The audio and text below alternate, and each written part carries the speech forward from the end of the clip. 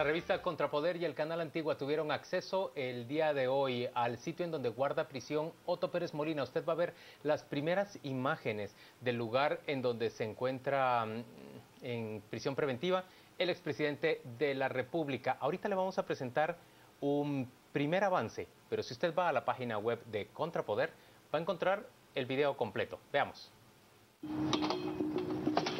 El expresidente Otto Pérez Molina guarda prisión preventiva en el fuerte militar San Rafael Matamoros desde hace 20 días. Su estadía no ocurre entre barrotes, sino en un área que el Ministerio de la Defensa Nacional le cedió al sistema penitenciario.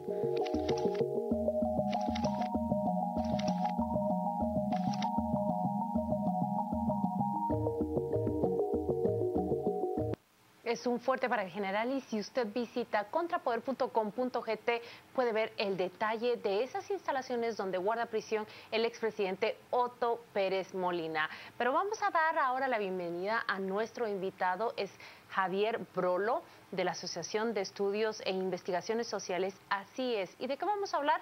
Algo que tiene mucha relación con la actualidad también, y es de las votaciones hacia la segunda vuelta. Les voy a contar brevemente que Javier Brolo ha evaluado minuciosamente los números y los resultados de los votos recolectados, tanto por Sandra Torres como por Jimmy Morales durante la primera vuelta de votaciones, y ha llegado a varias conclusiones. Empecemos a platicar de la primera, Javier Brolo. Tú dices contundentemente, donde gana el alcalde postulado por el Partido Patriota, Jimmy Morales es fuerte. ¿Puedes explicarnos en detalle qué te revelaron los números?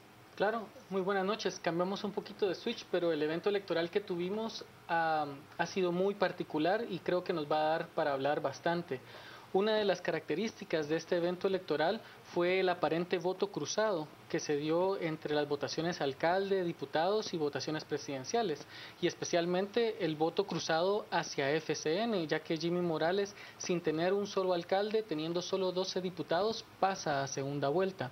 Entonces, quisimos hacer un estudio más cercano, más detallado de cuál era el patrón en los votos, y entonces nos dimos a la tarea de estudiar cuál era la diferencia entre el porcentaje de votos que cada partido había recibido en la elección presidencial y en la elección de alcalde y diputado distrital y diputado de lista nacional.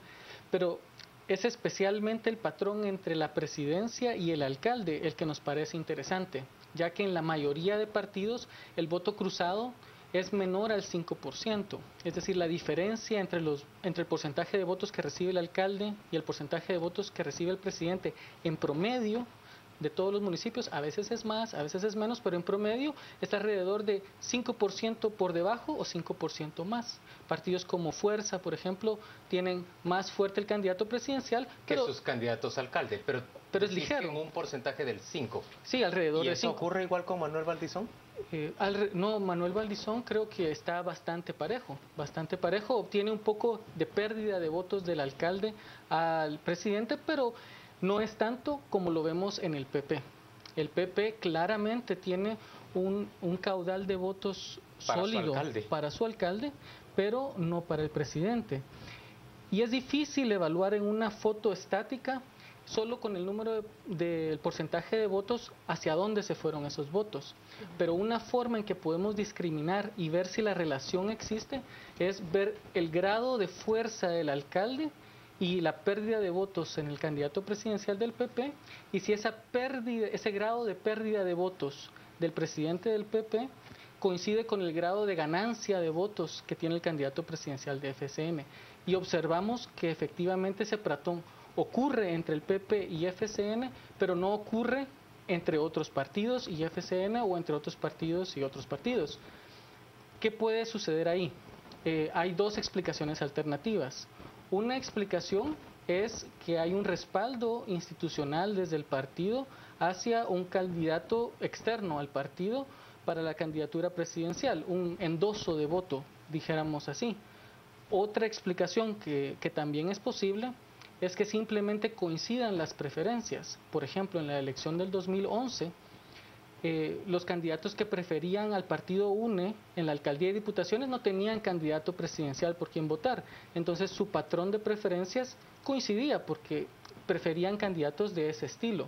es posible de que el candidato de FCN coincida o sea atractivo para quienes prefieren candidatos de PP. Yo quiero detenerme en eso, aunque quiero ir a más preguntas sobre las últimas conclusiones que has compartido, pero ¿podría decirse prácticamente que el Partido Patriota se mantuvo a través de sus liderazgos locales fuerte, pero fue directamente su candidato presidencial o su liderazgo a nivel nacional el que prácticamente se diluyó en las elecciones?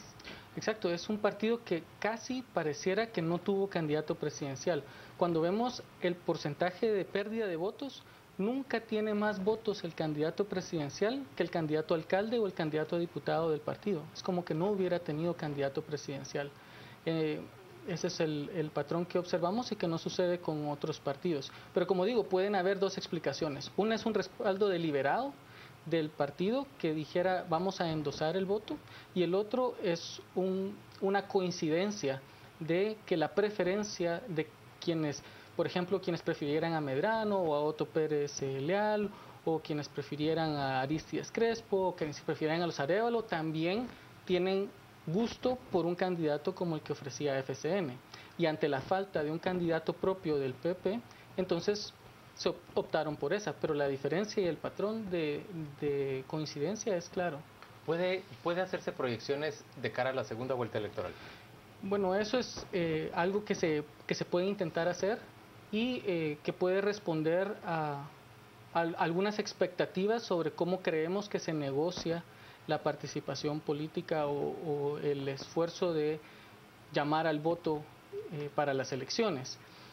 El partido FCN, y esta es una apreciación personal, hay algunos colegas que difieren conmigo, pero el partido FCN, al tener poca estructura partidaria, es susceptible a necesitar del respaldo territorial de otros liderazgos de otros partidos.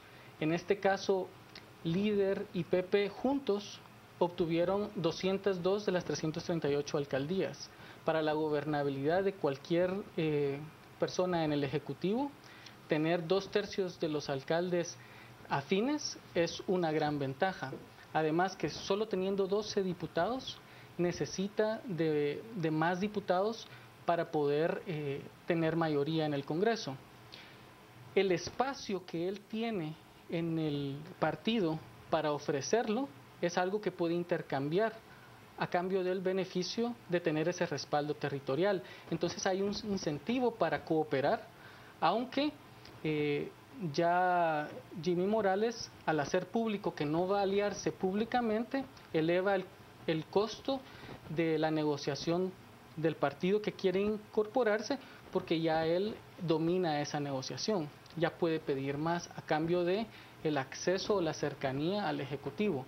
Esto es algo que con la UNE puede ser más difícil, considero, porque la UNE sí tiene liderazgos locales que son rivales de los candidatos de los otros partidos. Es decir, le cuesta a la UNE ceder los espacios a los otros partidos. Porque implicaría... En cambio, FCN, carente de esos liderazgos locales, no necesita cuidar... puede ofrecerle esas plazas. Claro, porque creería yo que es más difícil el costo político de desplazar al liderazgo local para ofrecer el espacio temporalmente a otro candidato, porque la estructura local va a ser leal a ese liderazgo que tiene presencia en del partido, y además está compitiendo y compitió de forma agresiva con los otros dos candidatos.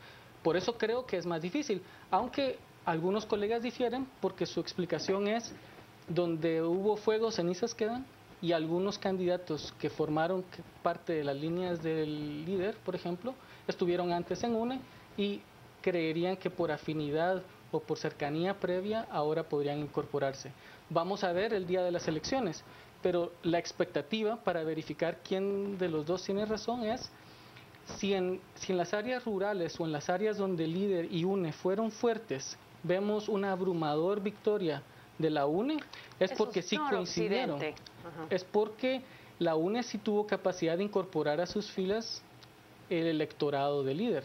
Pero lo que yo creo que vamos a observar es que en esos lugares la disputa va a ser más fuerte, no va a ser tan clara, digamos, 80% de los votos para un partido. Eso es raro. Pero también Manuel Valdizón ha dicho que a través de audios que se han filtrado de sus reuniones, rechaza completamente ese apoyo hacia Sandra Torres. ¿Qué efectos puede tener esto a la luz de lo que nos comentas acá?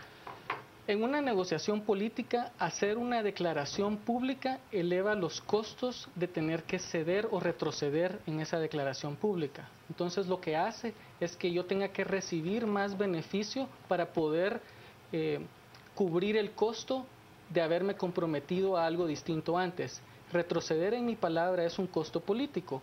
Entonces, para que me convenzas de que yo retroceda, el precio que debes pagar en la negociación es más alto. Esa es una estrategia de negociación que los partidos utilizan, y especialmente ahora que hay un rechazo claro y general desde el área urbana y especialmente el distrito metropolitano hacia el partido líder, o lo que queda del partido líder. Javier, pero en términos concretos, los dos partidos dependen en buena medida en la segunda vuelta de lograr que en los departamentos del país, no digo en las áreas urbanas, sino más bien en áreas rurales, los alcaldes movilicen votantes hacia las urnas. De eso es de lo que estamos hablando.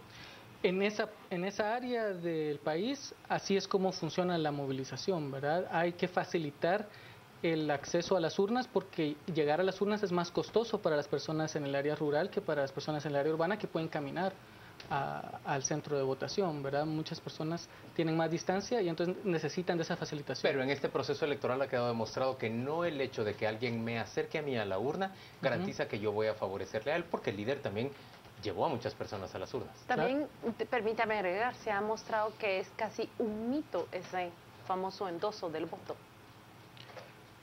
Bueno, eso es algo que tenemos ahorita en duda, porque pareciera que el voto cruzado es claro. Si es endosado de forma deliberada y que eso es un éxito político del alcalde que logró su objetivo, tal vez es sobreestimar la capacidad del alcalde.